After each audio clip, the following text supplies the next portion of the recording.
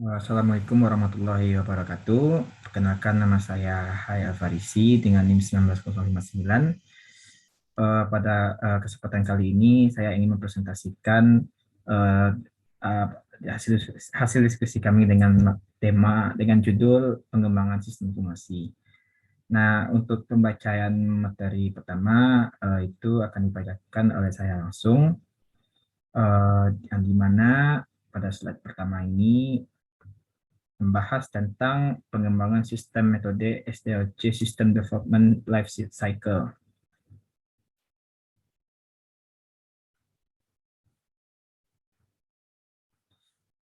Metode pengembangan sistem dengan metode SDLC merupakan pengembangan sistem dengan cara yang terstruktur, yaitu pertama cara top-down. Metode pengembangan sistem yang dimulai dengan mengidentifikasi kebutuhan informasi pemakai lalu turun ke data untuk memenuhi kebutuhan tersebut. Top-down berlawanan dengan bottom-up, yakini metode pengembangan sistem yang dimulai dari bawah, yaitu dari kesediaan data naik sampai ke informasi yang dibutuhkan pemakai. Cara dekomposisi pemecah sistem yang rumit menjadi beberapa bagian sistem yang dicampur dengan modul-modul yang lebih sederhana. Modul-modul ini kemudian dirangkai kembali menjadi sistem yang utuh. Kemudian pengembangan sistem metode SDLC, System Development Life Cycle. Metodenya terdiri dari beberapa tahap. Pertama, definition phase, yaitu feasibility study, requirement definition. Yang kedua, construction phase, yang mana ada system design, system building, system testing. Kemudian yang ketiga, implementation phase, yaitu installation, operation, maintenance. Kemudian pengembangan sistem metode paket. Faktor-faktor yang harus diperhatikan dalam memilih paket itu, yang pertama yang diperhatikan adalah spesifikasi yang dibutuhkan oleh perusahaan. Yang kedua, ketersediaan paket. Yang ketiga, mengevaluasi kemampuan paket. Fungsi yang ditawarkan itu juga fleksibilitas, kemudian kemudahannya dipakai, perangkat keras dan perangkat lunak dukungan, karakteristik file dan basis data, instalasi, dan kemudian perawatan, dokumentasi, kualitas penjual, dan biaya. Kemudian pengembangan sistem metode paket. Ada 3 hal yang perusahaan lakukan, yang dapat dilakukan setelah paket yang dicari ditemukan. Yang pertama itu paket yang digunakan tanpa perubahan. Paket seperti ini biasanya adalah paket yang sederhana atau paket yang untuk aplikasi umum. Misalnya paket untuk akuntansi, yang dimana ada contohnya itu MIB, DuckEasy, Peachtree, dan lain-lain.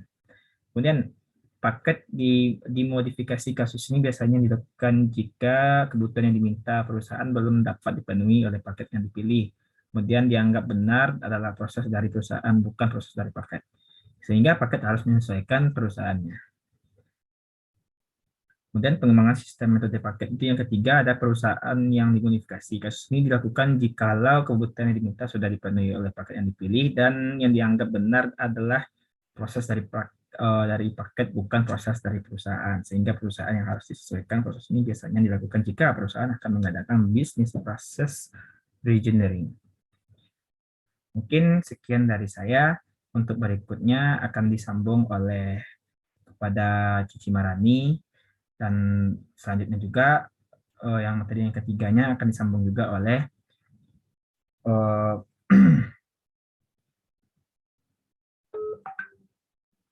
akan disambung oleh Ildani Fabrisanti.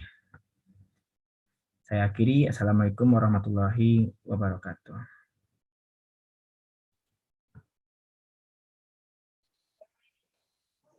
Baik, terima kasih kepada moderator. Di sini saya akan menjelaskan bagaimana pengembangan sistem metode prototype.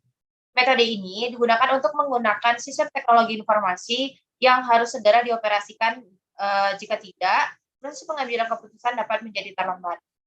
Metode prototyping dipilih dengan pertimbangan bahwa jadwal pemakaian sistem teknologi informasi yang harus segera tidak dapat menunggu terlalu lama lagi.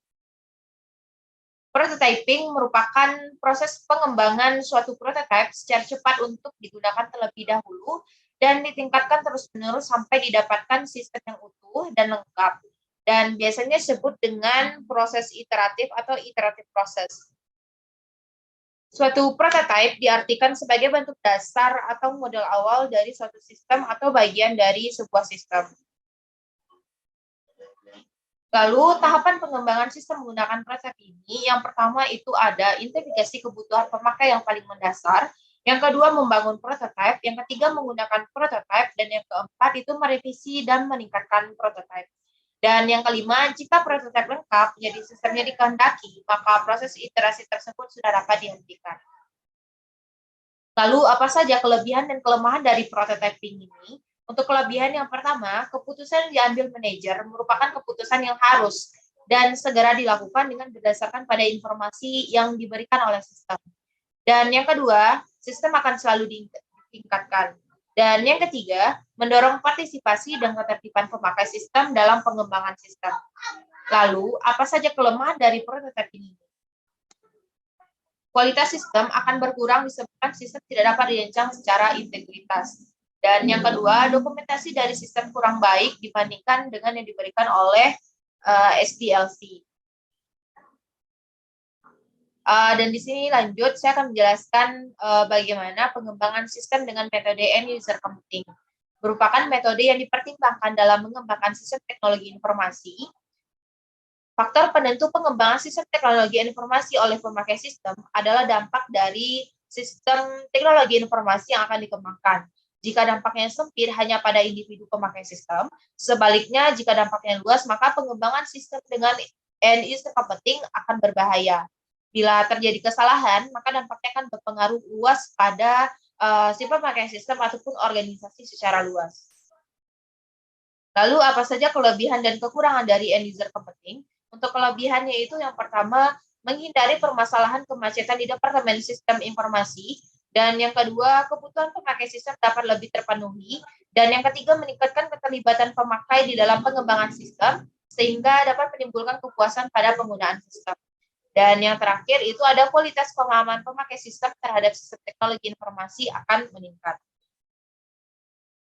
Untuk kekurangan end user computing ini, yang pertama, ada karena pemakai sistem harus mengembangkan aplikasinya sendiri, paling tidak pemakai juga harus mempunyai pemahaman tentang teknologi sistem informasi dan pengembangan sistem.